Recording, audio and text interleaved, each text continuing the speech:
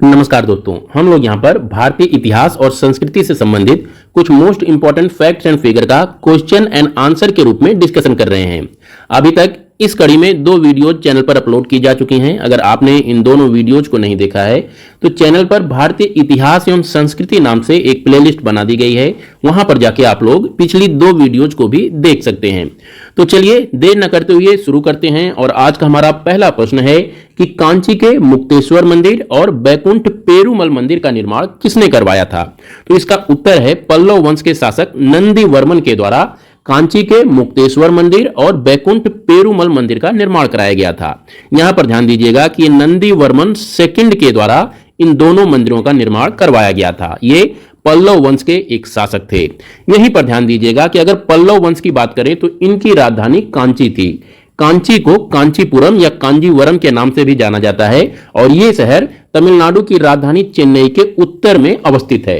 यहीं पर कुछ और important facts and figure Pallava वंश से हम लोग देख लेते हैं। तो यह राजवंश 275 ईस्वी से लेकर 897 ईस्वी तक दक्षिण भारत में राज किया और इस राजवंश की राजधानी पहली बात कर चुके हम लोग कांचीपुरम थी। और इनका भारतीय इतिहास में जो सबसे अधिक योगदान माना जाता है वो टेम्पल आर्किटेक्चर के क्षेत्र में माना जाता है। इस राजवंश द्वारा बहुत सारे मंदिरों का निर्माण दक्षिण भारत में करवाया गया है। उन्हीं मंदिरों में जो सबसे फेमस मंदिर है वो है सोर टेम्पल। सोर मंदिरों का निर्माण 690 से 725 ईस्वी के बीच में नरसिंह वर्मन सेकंड के द्वारा करवाया गया था।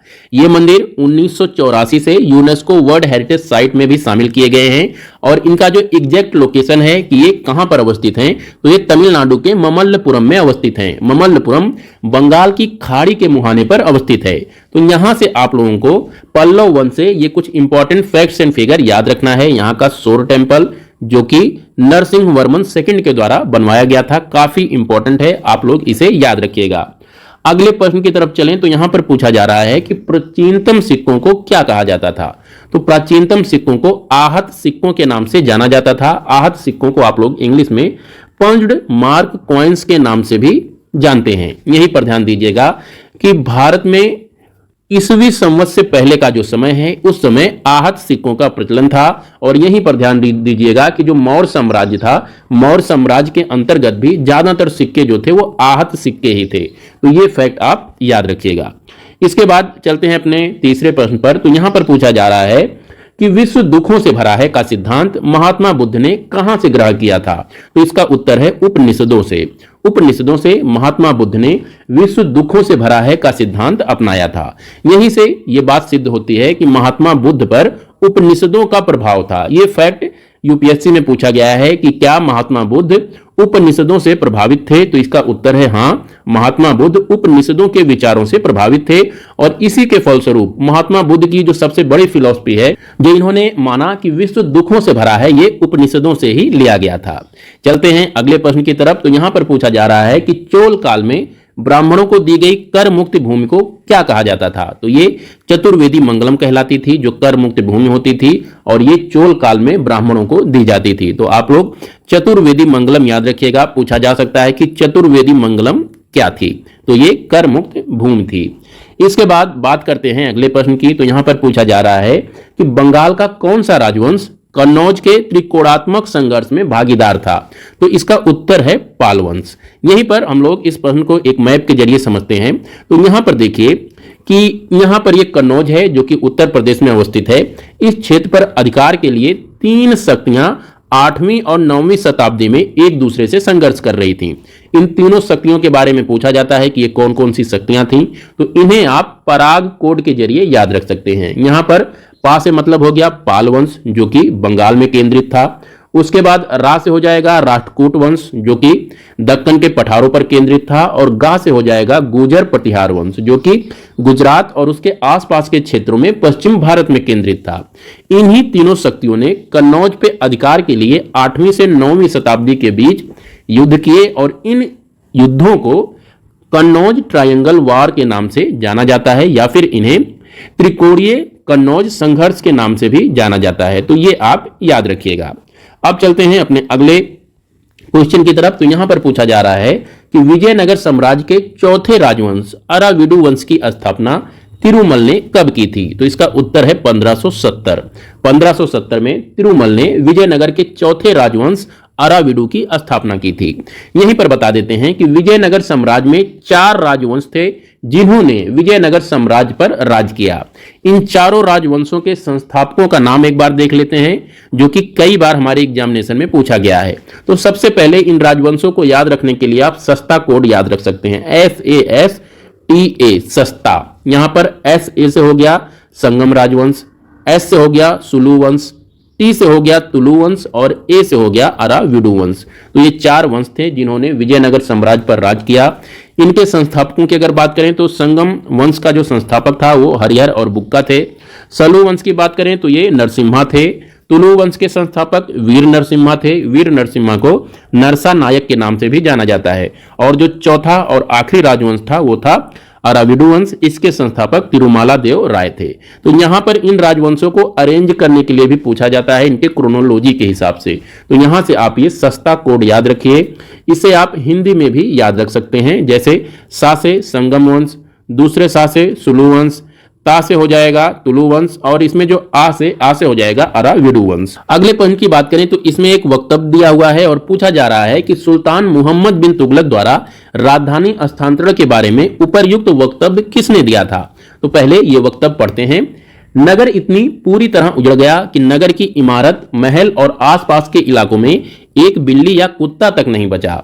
ये वक्तव्य जियाउद्दीन बर्नी द्वारा मोहम्मद बिन तुगलक द्वारा राजधानी स्थानांतरण के बाद दिया गया था। मोहम्मद बिन तुगलक ने अपनी राजधानी को देवगिरी स्थानांतरित किया था। यहां पर ध्यान दीजिएगा कि देवगिरी महाराष्ट्र में अवस्थित है और इसे अब दौलताबाद के नाम से जाना जाता है। मोहम्मद बिन तुगलक ने ही देवगिरी का नाम दौलताबाद रखा था। ये फैक्ट भी आप लोग ध्यान रखिएगा। अगले प्रश्न की तरफ चलें तो यहां पर पूछा जा रहा है कि भूमि की माप के आधार पर भू राजस्व का निर्धारण और प्रति बिस्वा उपज का आकलन सबसे पहले किस सुल्तान द्वारा किया गया था? तो इसका उत्तर है अलाउद्दीन खिलजी के द्वारा पहली बार भू राजस्व का निर्धारण, प्रति बिस्वा उपज का आकलन और भूमि के माप के आधार पर किया गया था। आगे चलें तो अगला जो प्रश्न है हमारा वो बौद्ध संगीति से संबंधित है। यहां पर पूछा जा रहा है कि शिशुनाग वंश के किस शासक के समय वैशाली में द्वितीय बौद्ध संगीत का आयोजन किया गया? तो ये कालाशोक इसका उत्तर हो जाएगा। यहीं पर हम लोग देख लेते हैं कि जो बौद्ध धर्म में 4 प्रमुख संगीतियां हुई उनके अध्यक्ष और किन किन के संरक्षण में ये हुआ था। तो आप ये टेबल देख सकते हैं। तो यहां पर देखिए प्रथम बौद्ध संगीति जो था ये राजगिरी में हुआ था 483 ईसा पूर्व में और अजात शत्रु के समय में हुआ था। अजात शत्रु हर्यक वंश का राजा था और यहां पर अध्यक्ष कौन था? तो ये महाकश्यप उपली इसके अध्यक्ष थे। वहीं द्वितीय बौद्ध संगीति की अगर बात करें तो ये वैशाली में हुआ 383 ईसा पूर्व में हुआ। शिशुनाग वंश के शासक कालाशोक के समय में हुआ था ये और इसके जो अध्यक्ष थे वो सब्बकामी थे। तृतीय बौद्ध संगीत की बात करें तो ये पाटलिपुत्र में 250 ईस्वी में हुआ था। मौर्य वंश के राजा अशोक के संरक्षण में किया गया था और इसमें जो अध्यक्ष थे वो मोगली पुत्र तिस्य थे। इसके बाद चतुर्थ बौद्ध संगीत की अगर बात करें तो यह कश्मीर के कुंडल वन में 72 ईस्वी में हुआ था। कुषाण वंश के शासक कनिष्क के संरक्षण में हुआ था और इस समय जो अध्यक्ष थे वो वसुमित्र थे और उपाध्यक्ष जो थे ये अश्वघोष थे। तो ये चारों संगीतियों के स्थान कहां कहां पर हुए, संरक्षक कौन कौन थे, किस समय में हुआ और अध्यक्ष कौन कौन थे, ये 4 प्रश्न हम सभी को जरूर याद होना चाहिए। यहां से प्रश्न पूछा जाता है। अगले प्रश्न की तरफ चलें तो यहां पर पूछा जा रहा है कि उस मुगल महारानी का नाम बताएं जिसका नाम फरमानों तथा सिक्कों पर अंकित होता था। तो ये नूरजहां थी।